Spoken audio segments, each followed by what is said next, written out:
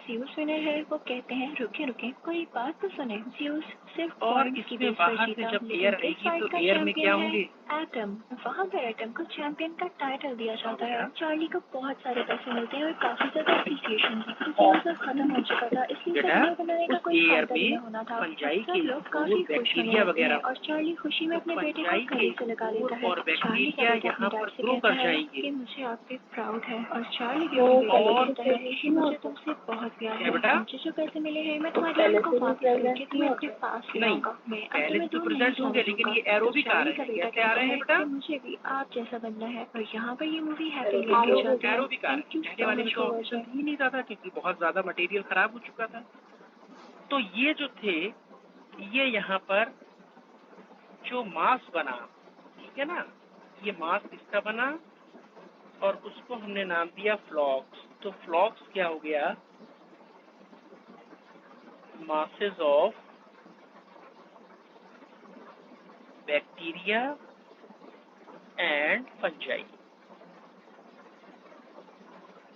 अच्छा, ये aerobic bacteria और फंजाई क्या करेंगे? ये फ्लॉक्स क्या करेगा? ये फ्लॉक्स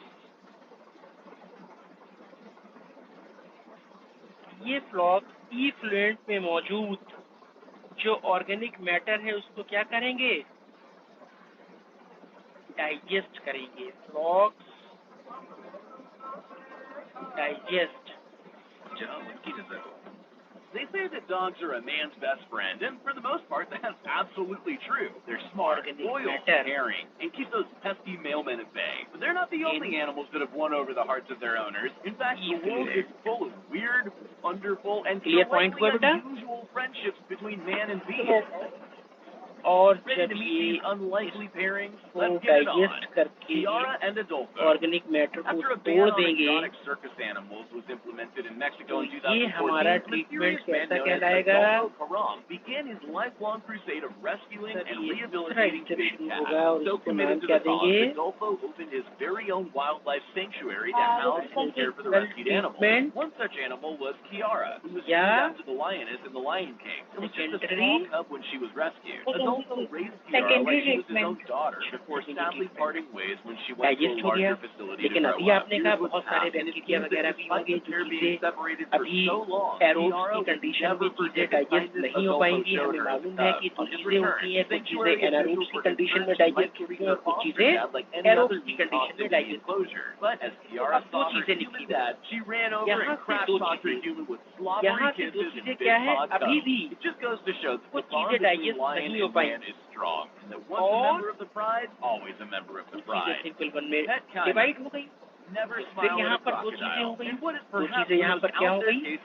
दो चीजें यहाँ पर फिर हो गई कि एक तो अब जो इफ्लुएंट था, अब जो इफ्लुएंट है उसको हमने डायरेक्ट क्या कर दिया? यहाँ पर ले और जो सॉलिड बचा, जो सॉलिड वेस्ट अभी बचा, उस सॉलिड वेस्ट को हमने क्या नाम रख दिया? ये बहुत इम्पोर्टेंट क्वेश्चन, एक्टिवेटेड फ्लैश। क्या नाम दे दिया?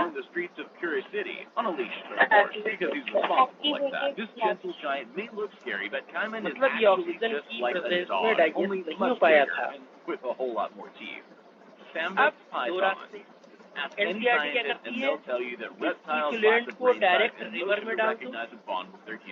देखो, हमने काफी ज्यादा ऑक्सीडेशन करके इसको रिवर में डाल दिया। अब रिवर में प्रॉब्लम नहीं आएगी, बहुत ज्यादा ऑर्गेनिक मैटर नहीं होगा क्योंकि हमने ऑर्गेनिक मैटर को डाइजेस्ट कर दिया। दूसरा पॉइंट क्या है?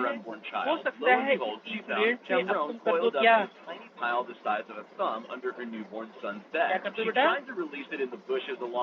nearby river, but two Tertiary weeks later, treatment. they came back to the same spot. She took it as a sign that the slithering serpent was a magical spirit and decided it could stay. Tertiary treatment जो होता है, ये जो हमारा पानी आता है municipal level के ऊपर से, वो लोग वहाँ पे करते हैं। मतलब हम ये कर सकते हैं कि जहाँ पर पानी की कमी है वहाँ पर फिर से हम टर्शरी ट्रीटमेंट करने से, तो टर्शरी ट्रीटमेंट में हम आरओ लगा सकते हैं, टर्शरी ट्रीटमेंट में हम क्लोरीनेशन कर सकते हैं, टर्शरी ट्रीटमेंट में हम यूवी ट्रीटमेंट कर सकते हैं। यूवी ट्रीटमेंट, ये सारा करने के बाद में अब हमारा ये वाटर कैसा हो जाता है? पानी पीने लायक हो जाता है। कहने का मतलब टर्शरी ट्रीटमेंट में हमने रिवर्स ऑस्मोसिस कर दिया, क्लोरीनेशन कर दी ताकि बैक्टीरिया मर जाए, यूवी ट्रीटमेंट कर दिया ताकि वायरस मर जाए, रिवर्स Some ऑस्मोसिस bonds करती है between ताकि living साल्ट वगैरह significant खत्म हो clubs जाए। and lifelong अब ये companion बॉन्ड Eureka, कैसा हो the सकता giant है? deep sea अब wrasse. इस One बॉन्ड afternoon को way हम back in सप्लाई 1992, कर he came सकते हैं across कहाँ this पर? giant fish while घरों diving में। in the submerged अब इस Shinto वाटर shrine को in हम घरों Tateyama में Bay. Supply It was love at कर first सकते sight. हैं। ये Eureka पॉइंट was हुआ बेटा? injured, extremely malnourished, and starving to death as a result of her ये wounds. हो गया Hiroyuki returned treatment. every day with UV 5 treatment crabs करने to के make बाद sure she में recovered, फिर हम a इसको gesture for which she portable is water eternally की यूज grateful. कर He सकते still हैं। goes back as हम often as इसको he can, and for almost 30 water years, को Eureka pure recognizes her water बोल nautical सकते हैं sweetheart, और rushing up इसको to हम meet him and use presenting कर her सकते bulbous हैं। forehead for a kiss. Their relationship is a rarity in the world of fish, and although there's water evidence that certain pure लिखना long-lived अच्छा नहीं species लगेगा। have a better than water goldfish is memory, for Turtle Flip and his goose, and unlike London, those swim love at first sight. Commercial Lover, purpose. Korea in its oh. You may not और know ये the river में recognition सीधा चला Scanward गया। noticed अब things देखो so point through क्या है, all the बहुत pretty important forces point. to pass up this, and after a day spent अब exploring the activated English sludge का क्या होगा countryside, यार? returns home. अच्छा, एक्टिवेटेड स्लज तो डाइजेस्ट हुआ नहीं था, तो जब ये डाइजेस्ट नहीं हुआ था तो अब हमें इसको क्या करना पड़ेगा बेटा? डाइजेस्ट करना पड़ेगा, है ना? और इसके डाइजेशन के लिए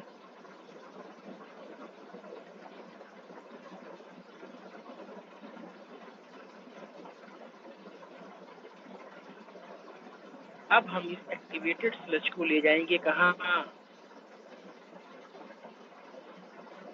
इसमें ले जाएंगे एनारोबिक स्लज डाइजेस्टर। ये एक वेसल होगी और इस वेसल के अंदर एनारोबिक स्लज डाइजेस्टर, मतलब यहाँ पर क्या चल रहा होगा जल्दी बताओ। अरे भाई, एनारोबिक माइक्रोब्स करेंगे। एनारोबिक स्लज डाइजेस्टर में क्या करेंगे?